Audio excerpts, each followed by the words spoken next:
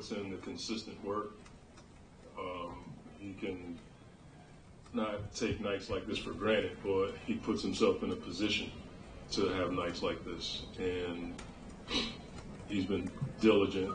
I forget which game it was, but he just didn't feel good about his performance. I'm not sure if it was, I forget which game it was, but ever since then he's had a different, an elevated focus in the practices we've had. We haven't had hard practices at all. We've been pretty light.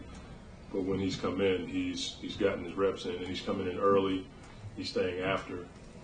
In the big man group, as we talked about, they do a lot of fundamental stuff together. And so I've always felt like when guys put that kind of work in, you put yourself in a position to have a night like he had tonight. It's not going to happen every night. You wish it did, but he's been working his tail off lately, and he's got to keep it up. You went back to the phrase, running through the tape, which we've heard you. Yeah. You guys have won 3 of your last 4.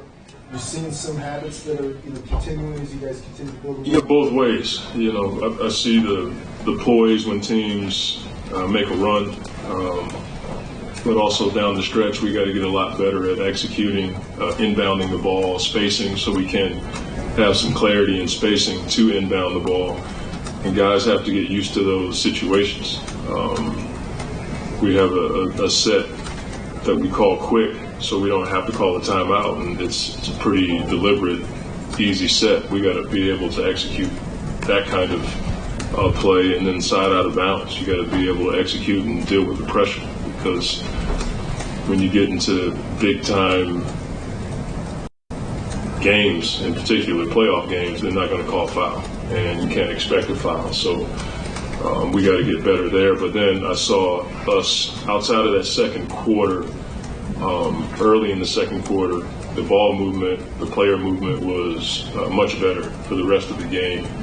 And our offense, this was one of the games that our offense hurt our defense. We were playing in the crowd, turning it over, and allowing them to get in transition. I think they had 16 points in transition in the first half. Then we got back to playing in 0.5 ball and body movement.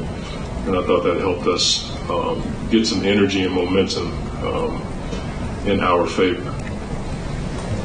Case at the fourth, I think he missed the last 15 minutes of the game. Yeah. Obviously, the second unit, Ivy, they kind of kept things rolling in the fourth. I just decided to roll with that group. I had them coming back right when Sass hit that 3 on the left wing, and I forget what it pushed it to, maybe 13, 15, I'm not quite sure. And then I just decided to run with the group. And the one thing that's tough is when a guy sat that long, then you try to bring him back.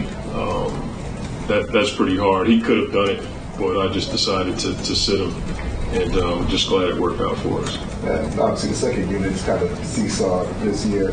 I think Stanley Boudet, I think he swapped out for 48. But beyond that, just what did you see from that unit that led to things? Much better in the second half, for sure. I thought, again, that group got a bit stagnant with the ball movement. We were trying to post up, and the paint was crowded, and we were playing into late clock situations. And then we started playing in the crowd and turning it over. I thought in the second half they had much better, again, ball and body movement to allow for us to at least make their defense work.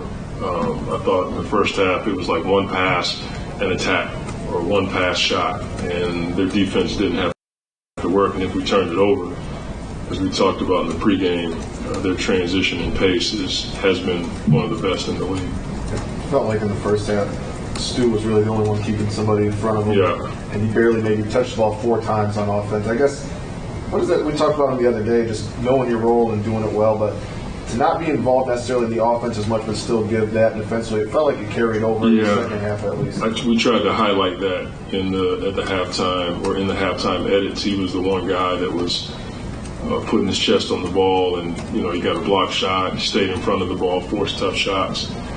We tried to post him up a couple of times, and it just got crowded down there, but he just does his job, and he's one of the best in the league.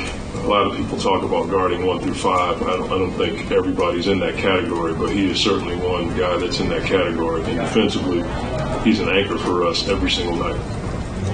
just hitting one three and then hit one right beforehand. Is that a guy that just needs to see the ball go in? I think so. That's just too sassy.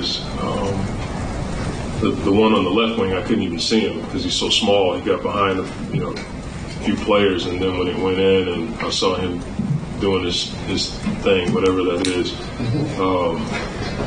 I think you just have to let players just see what comes next. If a guy like that gets hot, teams can ride that momentum. But I think it's complemented by the defense that we played. We forced them to miss a ton of shots, and we didn't have to call a ton of sets. But he's capable of scoring in bunches, and sometimes you just have to ride it. Monty, you talked enough before about wanting to give these fans something to cheer about. How does it feel just to be able to win 2 games at home for the first time this season? It's been pretty cool. All of these games we've been at home. I typically try to focus on the board and the game when I come out, but I've noticed that they've been coming out to support us, and it means the world to us with everything that we've been through as a team and so many tough losses. To have this community come out and support us at the end of the season means a lot, and we're running through the tape. That's our goal. We're going to run through the tape, and we want the fans to run through it with us, and tonight was an example of that.